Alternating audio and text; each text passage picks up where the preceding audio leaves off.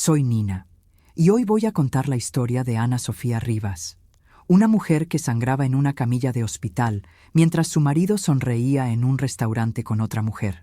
Una mujer que aprendió, entre el dolor y el silencio, que a veces la mayor traición no viene de quien te abandona, sino de quien te hace creer que no mereces ser salvada. La lluvia golpeaba el parabrisas como puños cerrados. Yo iba tarde, siempre iba tarde. Del trabajo a la farmacia, de la farmacia a casa, de casa al supermercado. Mi vida era una carrera sin línea de meta. Pero ese día, en esa esquina mojada de la colonia Lindavista, todo se detuvo. El semáforo cambió a amarillo. Aceleré. Y entonces, el ruido. Un estruendo de metal retorciéndose, vidrio estallando, mi cuerpo lanzado hacia adelante, aunque el cinturón me sujetara. El airbag explotó contra mi rostro. Olía a quemado, a goma, a miedo. No sé cuánto tiempo pasó. Segundos, minutos, una eternidad. Cuando abrí los ojos, todo estaba borroso. La lluvia entraba por la ventana rota. Sentía algo tibio corriendo por mi frente. Me toqué con dedos temblorosos. Sangre, mi sangre. Alguien gritaba afuera. Pasos, sirenas a lo lejos. Yo solo podía pensar en una cosa. Rafael. Con la mano derecha, la única que podía mover sin que me doliera el hombro, busqué mi celular. Estaba en el piso del copiloto, con la pantalla rota pero encendida. Lo tomé. Marqué. 1, 2, 3 tonos. ¿Bueno? Su voz sonaba alegre, relajada. Rafael, tuve un accidente, susurré. Me costaba respirar. Estoy sangrando. Necesito que vengas. Silencio. Luego risas de fondo. Música suave. Cubiertos chocando contra platos. Ana, estoy comiendo con Carolina, dijo, como si eso lo explicara todo. Es una reunión importante. No puedo irme ahora. Sentí que el aire se me escapaba del pecho. Rafael, por favor, me duele mucho. Ay, amor, no exageres, interrumpió impaciente. Toma un Uber. O llama a tu mamá. Yo no puedo dejar esto tirado. Y colgó, así, sin más. Las sirenas estaban cada vez más cerca. Los paramédicos abrían la puerta. Alguien me hablaba, pero yo no escuchaba. Solo repetía en mi mente, una y otra vez, como una oración rota. Estoy sangrando, y él está comiendo. Cuando me sacaron del auto, cuando me subieron a la camilla, cuando la ambulancia arrancó con las luces encendidas, yo seguía sosteniendo el teléfono en la mano, esperando que sonara, esperando que él volviera a llamar, esperando que dijera, ya voy, mi amor, aguanta. Pero no sonó. Y mientras las luces de la ciudad pasaban borrosas por la ventana de la ambulancia, mientras una enfermera me ponía una vía en el brazo y me decía que todo estaría bien, yo supe, en lo más profundo de mi alma, que nada volvería a estar bien, porque en ese momento entendí algo que había negado durante años. Para Rafael Méndez, yo no era una prioridad, era una molestia. El hospital olía a desinfectante y a miedo. Me llevaron directo a urgencias. Las luces del techo pasaban como relámpagos blancos sobre mi cabeza. Sentía el hombro izquierdo como si alguien lo hubiera arrancado y vuelto a pegar mal. La sangre de mi frente ya se había secado, pero seguía sintiendo su rastro tibio bajando hacia mi cuello. Una enfermera de cabello recogido y mirada cansada, su gafete decía Patricia Herrera, me hacía preguntas mientras me revisaba las constantes. ¿Nombre completo? Ana Sofía Rivas de Méndez. ¿Edad? 32. ¿Alguien viene en camino? ¿Esposo? ¿Familia? Me quedé en silencio. Ella esperó. Mi esposo está ocupado, susurré. Patricia levantó la vista. No dijo nada, pero vi algo en sus ojos. Compasión. O tal vez lástima. No sé cuál dolía más. ¿Hay alguien más a quien podamos llamar? Pensé en mi mamá, pero ella vivía en Neza, a más de 1 hora de camino, y ya era de noche. Pensé en mi hermana Lucía, pero trabajaba de noche en una patrulla. No podía dejar su turno. No, respondí. No hay nadie más. Patricia asintió y anotó algo en su tableta. Tranquila, vas a estar bien. El doctor viene en un momento. Pero yo no me sentía tranquila. Me sentía sola, más sola que nunca en mi vida. Pasaron 20 minutos, tal vez 30. El doctor llegó. Era joven, con barba corta y voz profesional. Se presentó como doctor Enrique Salazar. Revisó mis heridas con manos firmes y seguras. Tienes una contusión en el hombro izquierdo. Vamos a tomar radiografías para descartar fractura. También necesitas puntos en la frente. 3, tal vez 4. Asentí. ¿Tu esposo ya viene?, preguntó mientras escribía en el expediente. No, respondí, con la voz más pequeña que nunca. Él levantó la vista. Me miró fijamente. No con pena, con algo peor, con entendimiento, como si ya hubiera visto esta historia antes. Está bien, dijo al fin. Nosotros te cuidamos. Esa frase me rompió. Nosotros te cuidamos, porque Rafael no lo haría. Mientras me cosían la frente, cada pinchazo de la aguja dolía menos que el silencio de mi teléfono. Pensé en él, en Rafael. En ese momento, él estaba sentado frente a Carolina Delgado en el restaurante El Mirador, ese lugar con vista al Ángel de la Independencia que tanto le gustaba presumir en sus fotos de Instagram. Yo lo conocía. Conocía su risa fácil cuando quería impresionar a alguien. Conocía cómo inclinaba la cabeza cuando escuchaba, fingiendo interés absoluto. Conocía cómo pedía vino tinto y hablaba de negocios como si fuera alguien importante. Y en ese momento, mientras yo sangraba bajo luces frías de hospital, él sonreía. Mi teléfono vibró. Lo tomé con desesperación. Era él. ¿Ya estás mejor? No exageres, Ana. Siempre haces drama de todo. Leí el mensaje una vez, 2 veces, 3. Las lágrimas quemaban mis ojos, pero no salieron, porque ya no tenía fuerzas ni para llorar. Escribí con dedos temblorosos. Estoy en el Hospital General. Me están cosiendo la frente. Tengo el hombro lastimado. Necesito que vengas. La respuesta llegó 5 minutos después. Ya casi termino aquí. Si es urgente, pide que te llamen un taxi. Yo llego más tarde. Eso fue todo. No un ¿estás bien? No un voy para allá. No un perdón. Solo instrucciones. Como si yo fuera una tarea pendiente en su lista de cosas por hacer. Patricia volvió a pasar. Me vio con el teléfono en la mano, la pantalla iluminando mi rostro en la penumbra. ¿Viene?, preguntó suavemente. Negué con la cabeza. Ella suspiró. Se sentó en la orilla de la camilla. Yo también estuve casada con alguien así, dijo en voz baja. Un hombre que siempre tenía algo más importante que yo. La miré. ¿Qué hiciste? Ella sonrió con tristeza. Lo que tú vas a hacer cuando estés lista. ¿Qué? Dejarlo ir. Se levantó y se fue. Y yo me quedé ahí, con 4 puntos en la frente, el hombro inmovilizado y el corazón hecho pedazos, pensando en una sola cosa. Yo sangraba, y él reía. Y esa verdad, simple y cruel, comenzó a abrirse paso dentro de mí, como una grieta en un muro que había tardado años en construir. Rafael llegó al hospital a las 11 de la noche, 4 horas después del accidente. 4 horas después de que yo le rogara que viniera. Entró a la habitación con las manos en los bolsillos, el cabello perfectamente peinado, oliendo a vino caro y perfume que no era el mío. ¿Cómo estás?, preguntó, pero su voz no tenía preocupación. Tenía prisa. Me cosieron la frente. 4 puntos, respondí. Mi voz sonaba hueca, como si viniera de muy lejos. El hombro está lastimado, pero no hay fractura. Tengo que usar cabestrillo por 2 semanas. Ah, bueno. No fue tan grave entonces, dijo, casi aliviado. Se sentó en la silla junto a la cama.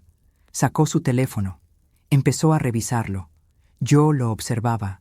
Y en ese momento, con la luz fría del hospital iluminando su rostro indiferente, lo vi.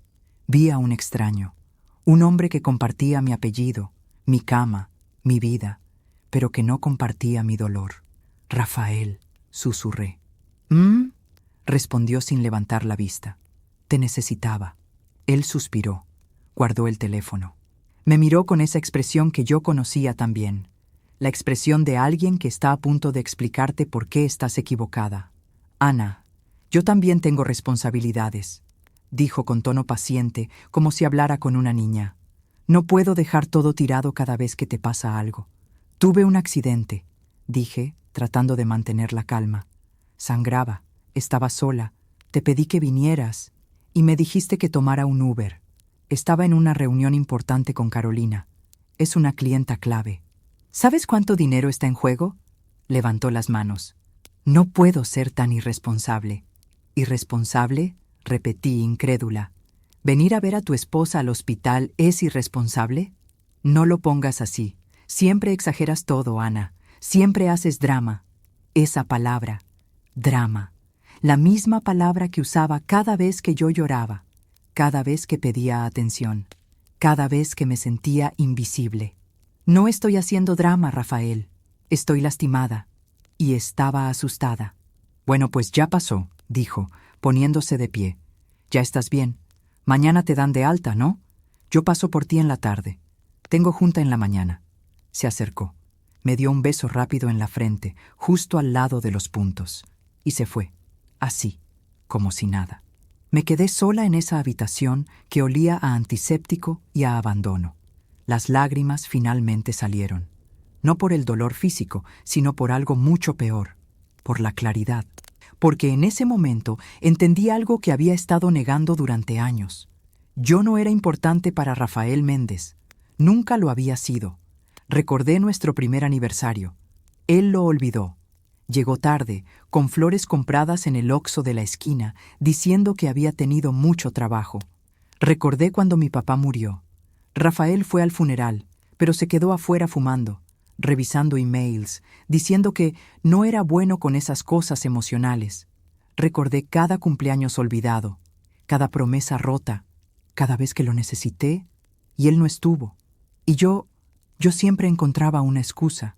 Está estresado. Está cansado, está construyendo nuestro futuro. Pero la verdad que dolía como un cuchillo en el pecho, era otra. Él simplemente no me amaba. Tal vez nunca lo hizo.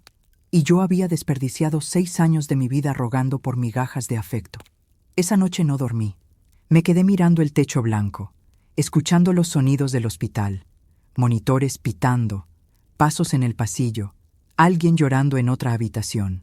Pensé en mi vida, en la niña que fui, hija de Elena Rivas, ama de casa que siempre tuvo las manos ocupadas, pero el corazón lleno, e hija de Tomás Rivas, taxista que trabajaba doble turno para que yo pudiera estudiar. Ellos me enseñaron a trabajar duro, a no rendirme, a ser buena. Y yo lo fui. Estudié farmacia. Me gradué con honores. Conseguí trabajo en una farmacia del Seguro Social.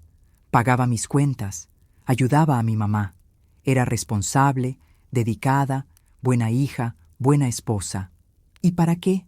Para estar sola en un hospital mientras mi esposo sonreía con otra mujer. Para ser invisible en mi propio matrimonio. Para sentir que mi dolor no importaba. A las 3 de la mañana, una lágrima rodó por mi mejilla y cayó sobre la almohada áspera del hospital. Y en ese momento, en el fondo del pozo más oscuro de mi vida, algo cambió. Fue pequeño, apenas un susurro en mi alma rota, pero estaba ahí, una voz que decía, merezco más. No lo grité, no lo declaré con fuerza, apenas lo pensé, pero fue suficiente, porque esa frase, esas 2 palabras simples, fueron la primera grieta en la prisión que yo misma había construido alrededor de mi corazón. Bauis, cuando el sol entró por la ventana a la mañana siguiente, algo en mí había muerto. Pero algo también había empezado a nacer. Todavía no sabía qué, todavía no tenía fuerzas para levantarme, pero por primera vez en años dejé de rogar. Me dieron de alta al día siguiente. Rafael no vino. Envió un mensaje a las 2 de la tarde. Perdón, mi amor, la junta se alargó. ¿Puedes pedir un Uber? Te deposito para el gasto. Leí el mensaje. No respondí. Pedí el Uber yo misma, con mi propio dinero. Salí del hospital con el brazo en cabestrillo, los puntos en la frente y un silencio nuevo dentro de mí. Un silencio que no era vacío. Era denso, pesado, lleno de algo que todavía no tenía nombre. El conductor, un señor de unos 50 años llamado don Mario, me miró por el retrovisor. ¿Está bien, señorita? Sí, mentí. ¿Segura? Se ve cansada. Me encogí de hombros con el brazo bueno. Tuve un accidente. ¿Y su familia? Ocupada. Él asintió. No preguntó más. Pero en sus ojos vi lo mismo que había visto en los de Patricia, la enfermera. Ese entendimiento silencioso que solo tienen las personas que han estado rotas. Cuando llegamos a mi casa, un departamento pequeño en la colonia del Valle, con 2 recámaras y una sala que nunca usábamos. Le di propina extra. «Cuídese, señorita», dijo don Mario, «y recuerde, usted vale más de lo que cree». No sé por qué esas palabras me rompieron, pero lo hicieron. Vuelta a ti, la casa estaba vacía. Rafael no estaba. Dejé las llaves en la mesa de la entrada. Caminé hasta la recámara. Me senté en la cama y miré alrededor. Todo estaba en su lugar. La ropa de Rafael perfectamente doblada en su lado del closet. Sus zapatos alineados. Su colonia cara en el buró. Sus libros de negocios que nunca leía pero que le gustaba tener para decorar. ¿Y yo? ¿Dónde estaba yo en esta casa? Mi ropa arrugada al fondo del closet. Mis libros en cajas porque hacían desorden. Mis fotos familiares guardadas porque no combinaban con la decoración minimalista. Yo vivía aquí, pero no existía aquí. Esa noche, Rafael llegó tarde. Eran casi las 11. Entró con la camisa arrugada, los ojos cansados y esa sonrisa fácil que usaba cuando quería evitar problemas. «Hola, mi amor, ¿cómo estás?», preguntó, dejando su maletín en el sillón. «Bien», respondí desde la cocina. Estaba preparando té de manzanilla con una sola mano. El cabestrillo hacía todo más difícil. «Perdón por no ir por ti. De verdad se complicó todo», dijo, acercándose. Me dio un beso en la mejilla. «¿Ya comiste?». «Sí». «¿Me guardaste algo?». «No». Él frunció el ceño. «¿Estás enojada?». Lo miré. Realmente lo miré. Y no sentí enojo. Sentí nada. Un vacío frío donde antes había amor, esperanza, necesidad. «No estoy enojada, Rafael». «Entonces, ¿qué pasa? Estás rara». «Nada», respondí. «Estoy cansada». «Bueno, pues descansa», dijo tomando su teléfono. «Yo tengo que responder unos correos». Se fue a la sala, y yo me quedé ahí, con mi té tibio en la mano, mirando el vapor subir y desaparecer en el aire, pensando en algo que mi abuela Elena solía decir. Cuando alguien te muestra quién es, créele. Rafael me había mostrado quién era, una y otra vez. Yo simplemente no había querido verlo. Los días siguientes fueron extraños. Yo seguía haciendo todo como siempre. Levantarme temprano, preparar el desayuno, ir a trabajar en la farmacia, aunque con dificultad por el brazo, volver a casa, limpiar, cocinar. Pero algo había cambiado. Yo había cambiado. Dejé de preguntar cómo estuvo su día. Dejé de esperar que me preguntara por el mío. Dejé de mandar mensajes de «te amo» que nunca eran respondidos. Dejé de rogar por atención. Y Rafael no notó nada. Seguía llegando tarde. Seguía comiendo lo que yo preparaba sin dar las gracias. Seguía hablando de sus proyectos, sus clientes, sus planes, como si yo fuera parte del mobiliario. Una noche, mientras lavaba los platos, algo doloroso con un solo brazo funcional, mi celular sonó. Era un número desconocido. Dudé, pero contesté. «¿Ana Sofía?». Era una voz de mujer, joven, nerviosa. «Sí». «¿Quién habla?». Silencio. Luego, «Soy Lucía Santos, la oficial que estuvo en tu accidente». «Ah, sí». «Hola». «Yo no sé si debería decirte esto». Su voz temblaba. «Pero siento que tienes derecho a saberlo». Mi corazón se aceleró. «¿Qué pasa?». «El día de tu accidente intenté localizar a tu esposo varias veces». No contestó. Entonces, busqué su ubicación en redes sociales. Estaba etiquetado en un restaurante con alguien llamada Carolina Delgado. Cerré los ojos. «Ya lo sé», susurré. «Hay más», continuó Lucía. «Yo investigué un poco. Perdón si es invasivo. Pero esa mujer lleva meses apareciendo en sus redes. Cenas, cafés, viajes». «¿Viajes?». Mi voz se quebró. «Sí, a Guadalajara, a Querétaro, siempre por trabajo. Pero ella está en las fotos. No etiquetada, pero está ahí, en el fondo». Las lágrimas rodaron por mis mejillas. «¿Por qué me dices esto?». «Porque yo estuve en tu lugar», dijo Lucía con voz firme. «Y nadie me lo dijo. Y perdí años de mi vida. Años que nunca voy a recuperar». «Gracias», susurré. «Cuídate, Ana Sofía. Y recuerda, el silencio también es una respuesta». Colgó. Yo me quedé ahí, con el teléfono en la mano, el agua corriendo sobre los platos, las lágrimas cayendo sin control. Y en ese momento, Tomé una decisión.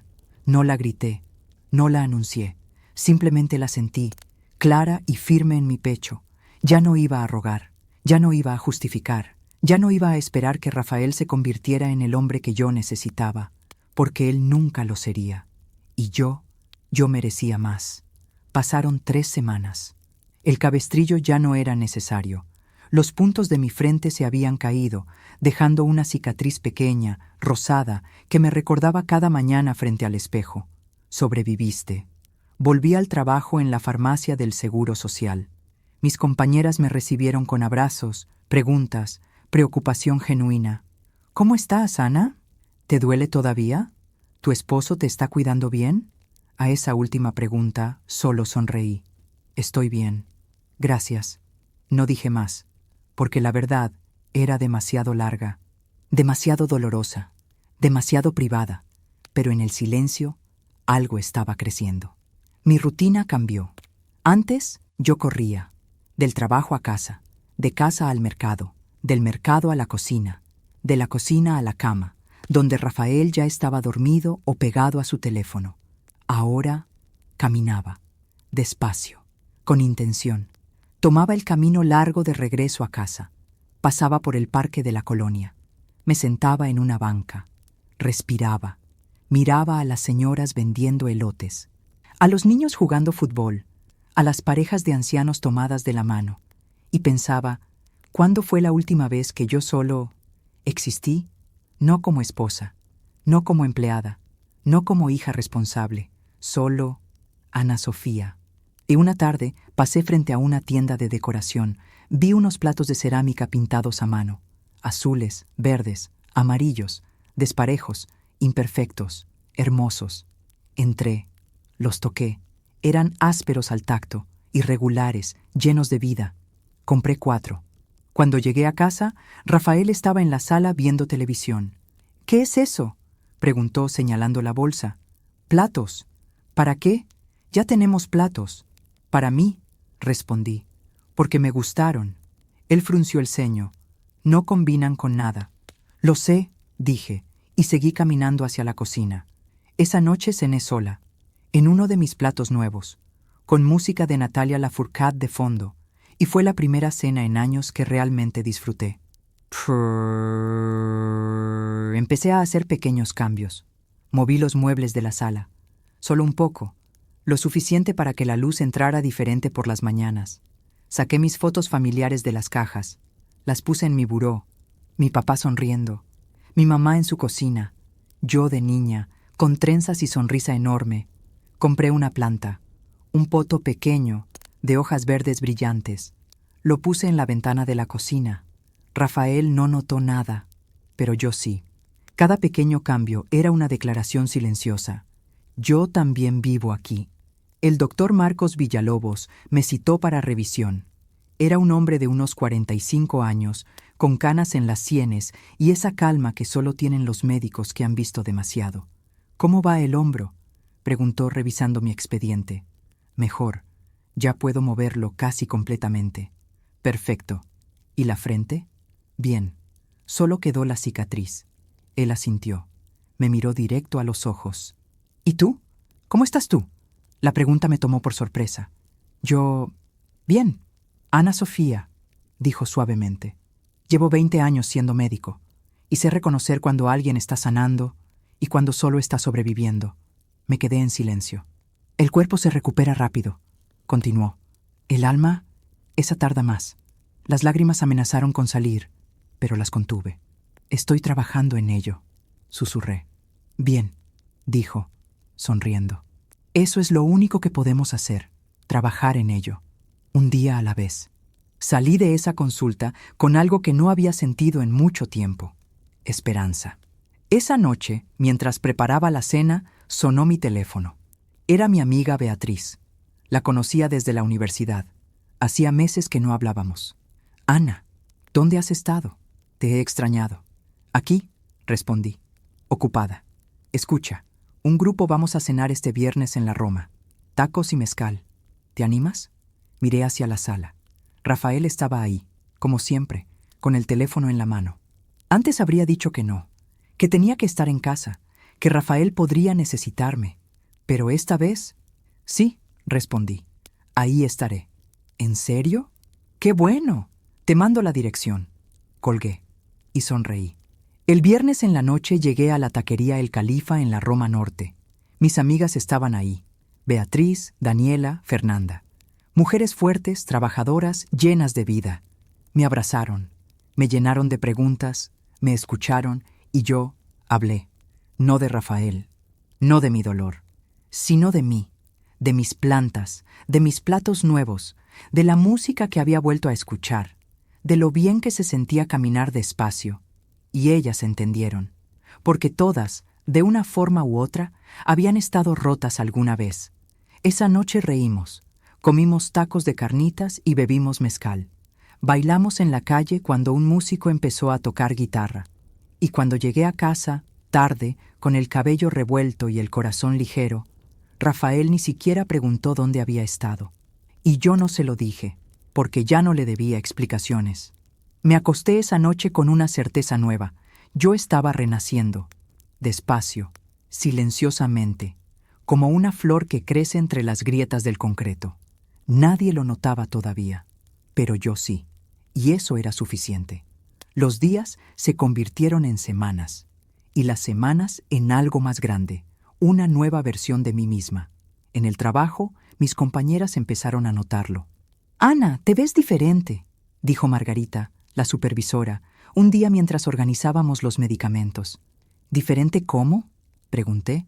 «No sé, más presente, como si hubieras regresado de un lugar muy lejano». Sonreí, porque tenía razón. Había regresado, de un lugar oscuro donde había estado perdida durante años. Una tarde, mientras atendía en la ventanilla de la farmacia, llegó una señora mayor. Tenía las manos temblorosas y los ojos cansados.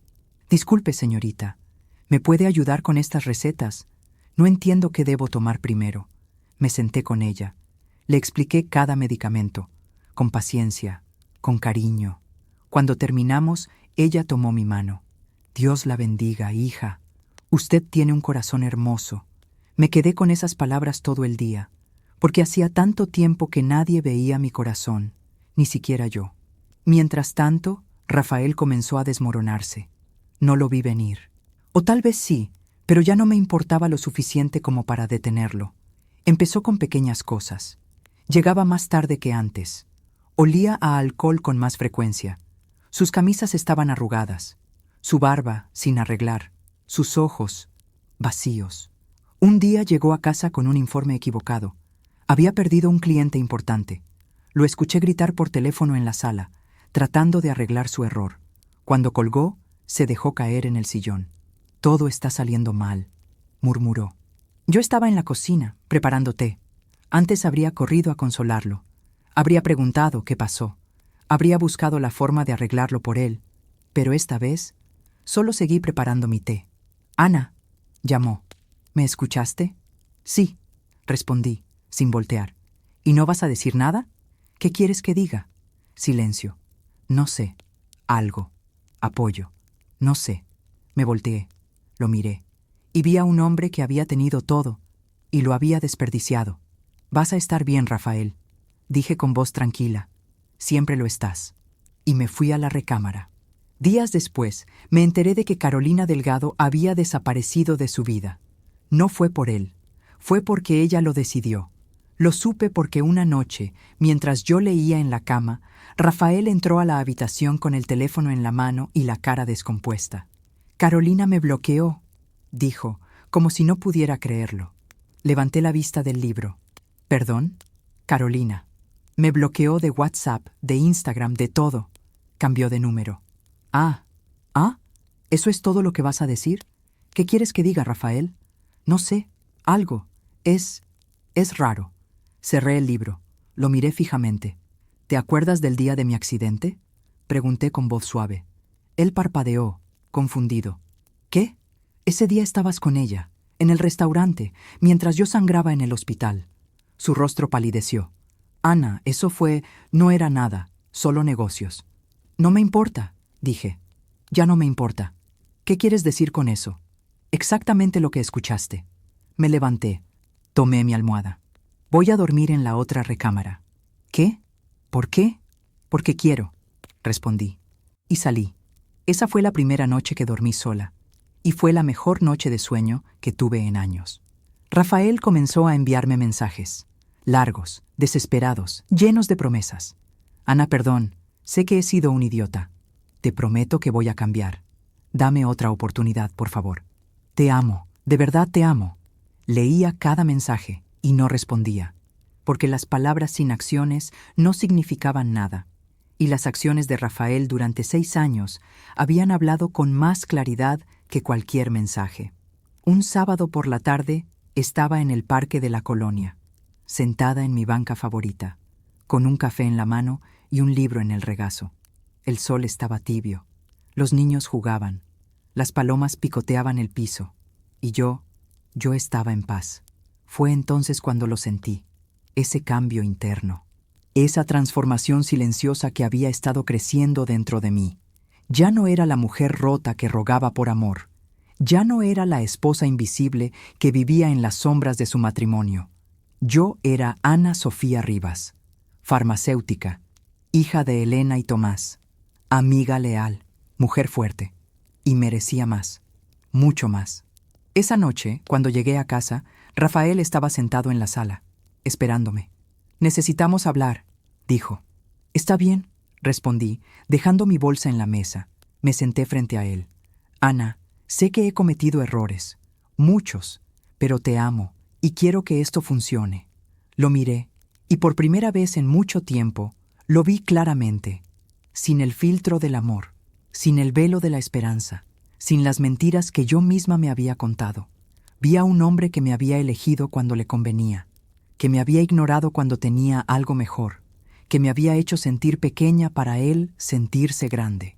«Rafael», dije con voz firme, «ya no te amo». Sus ojos se abrieron. «¿Qué? No te amo. No de la forma en que debería amar a mi esposo. Pero podemos arreglarlo. Puedo cambiar. No quiero que cambies por mí. Quiero que cambies por ti. Pero eso ya no es mi responsabilidad. Ana, por favor». Ya tomé mi decisión, Rafael. Me levanté y caminé hacia la recámara de huéspedes, donde dormía ahora, donde respiraba en paz, donde, por fin, yo era dueña de mi propia vida. Pasaron 2 semanas. 2 semanas de silencio tenso en esa casa que ya no se sentía como hogar. Rafael intentó todo. Flores que dejaba en la mesa de la cocina, chocolates que nunca abrí, cenas que preparaba torpemente y que yo comía sin decir nada. Pero lo que más intentó fueron las palabras, las mismas palabras de siempre. Perdóname, te amo, voy a cambiar. Palabras vacías que flotaban en el aire y se desvanecían sin tocarme. Porque yo había aprendido algo fundamental. Las palabras sin acciones son solo ruido. Ajá. Un viernes por la noche llegué del trabajo más tarde que de costumbre. Había aceptado un turno extra, no porque necesitara el dinero, sino porque necesitaba espacio.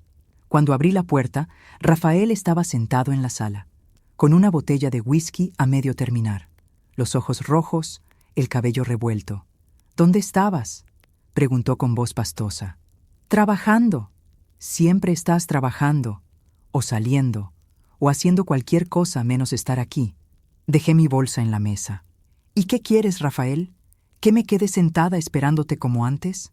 «Quiero que hablemos», gritó, poniéndose de pie. «Quiero que me des una oportunidad. Ya tuviste 6 años de oportunidades. Pero ahora es diferente». Se acercó, desesperado. «Ahora entiendo lo que perdí. Ahora sé lo que vales». «¿Ah, sí?», dije con calma. «¿Y qué fue lo que te hizo entenderlo? ¿Que Carolina te dejó? ¿Que perdiste clientes? ¿Que tu vida se está cayendo a pedazos?» Su mandíbula se tensó. «Eso es injusto». «¿Injusto?». Mi voz subió de tono por primera vez en semanas. «¿Quieres hablar de injusto, Rafael?». Me acerqué a él. Lo miré directo a los ojos. «Yo sangraba en el hospital, mientras tú sonreías en un restaurante con tu amante». Él dio un paso atrás, como si mis palabras fueran golpes físicos. «Ana, yo te rogué que vinieras. Te dije que estaba herida, que estaba asustada, y tú me dijiste que tomara un Uber. Fue un error. No fue un error, Rafael. Fue una elección. Elegiste estar con ella en lugar de estar conmigo. Elegiste tu comodidad en lugar de mi dolor. Elegiste y ahora tienes que vivir con esa elección. Las lágrimas corrían por su rostro. Estaba confundido.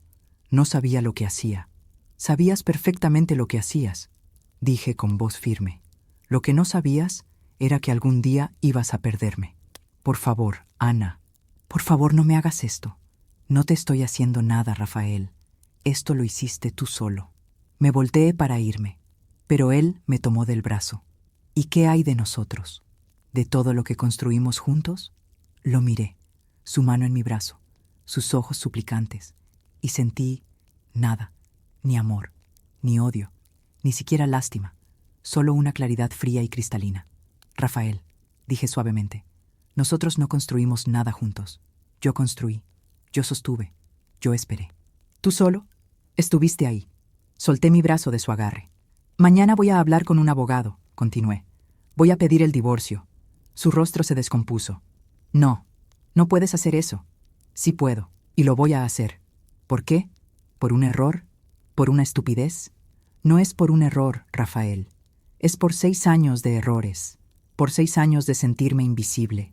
Por 6 años de rogar por amor que nunca llegó. Me acerqué a él una última vez.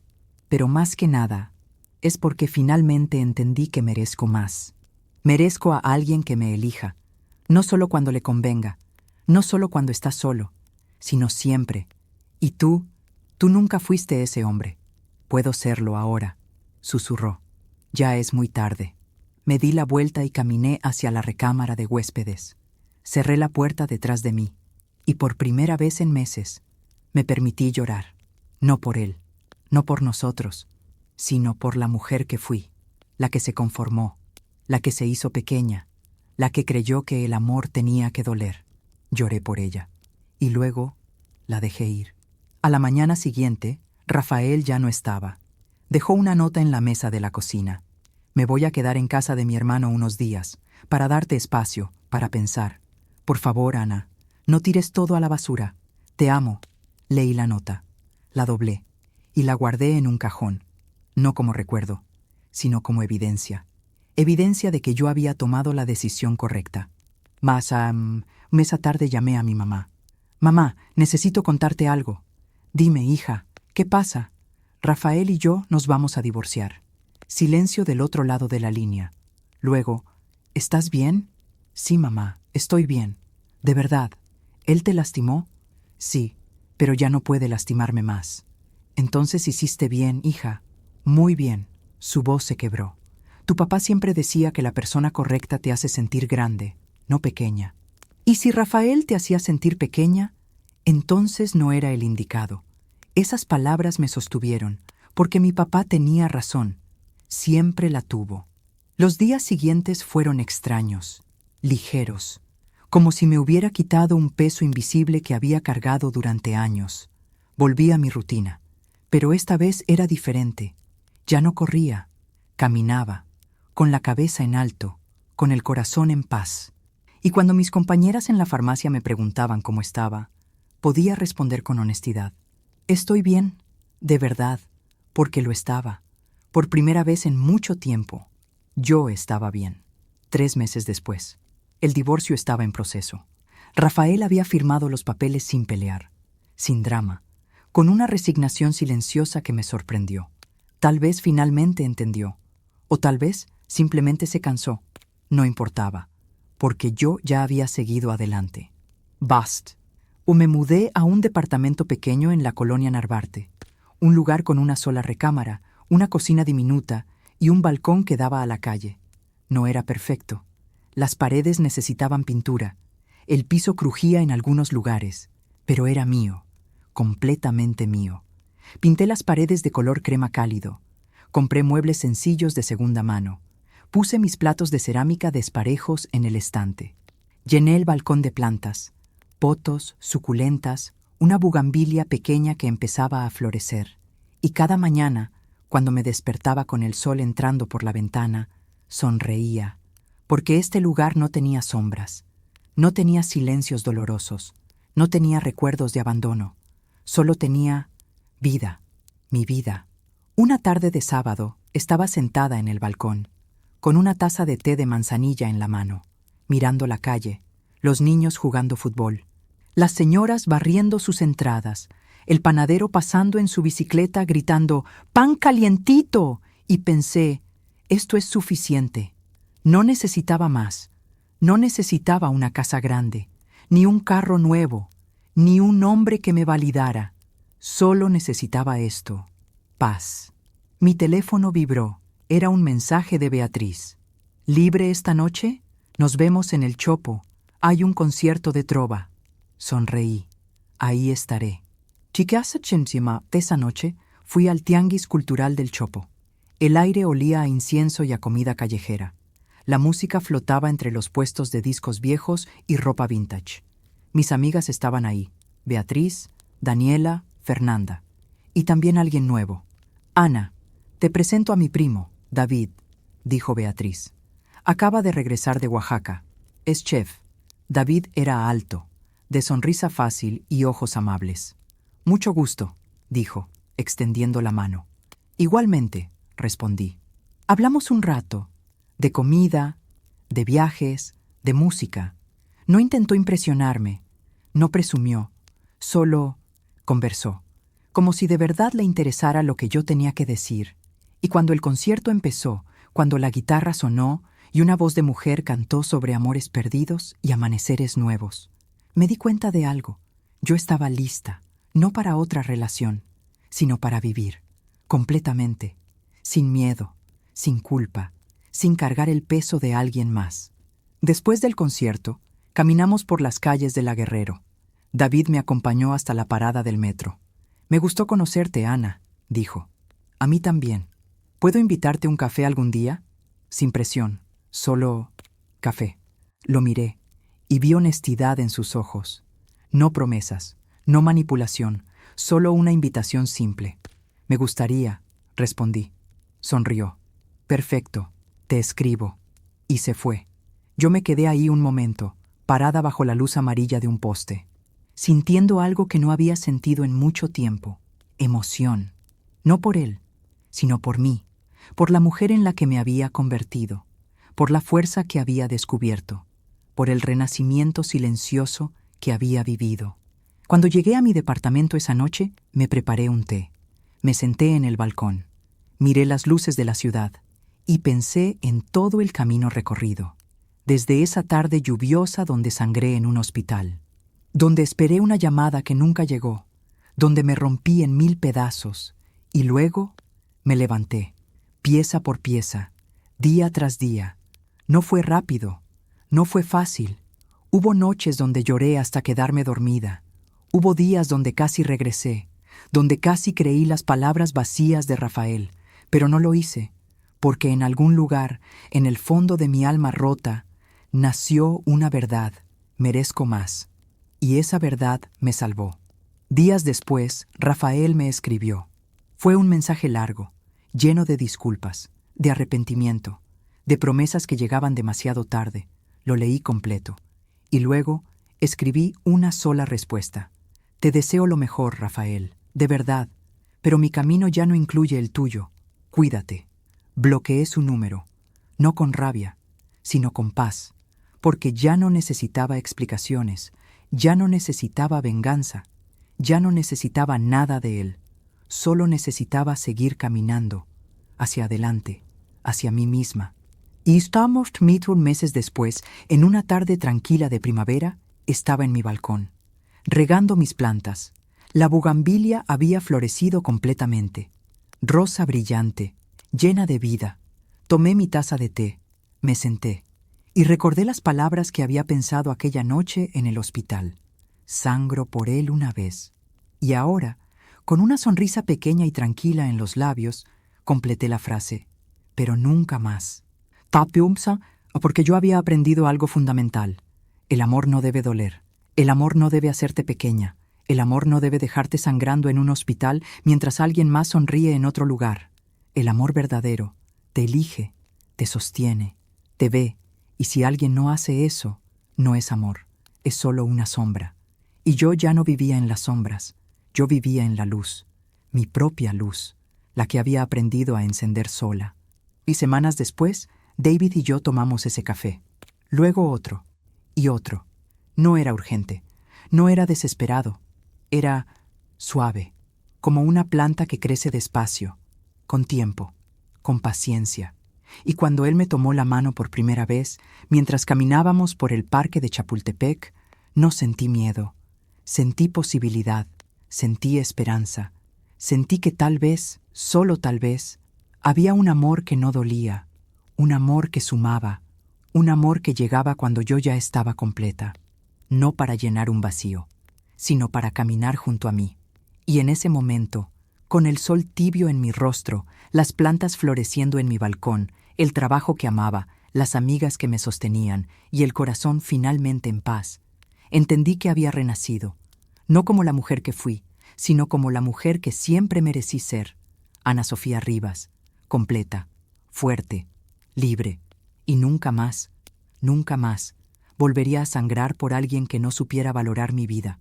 Y esta fue la historia de Ana Sofía, una mujer que sangraba en un hospital mientras su marido sonreía con otra, pero que aprendió, entre el dolor y el silencio, que a veces la mayor fuerza no está en quedarse, sino en saber cuándo es tiempo de irse, y que el verdadero amor siempre empieza por una misma.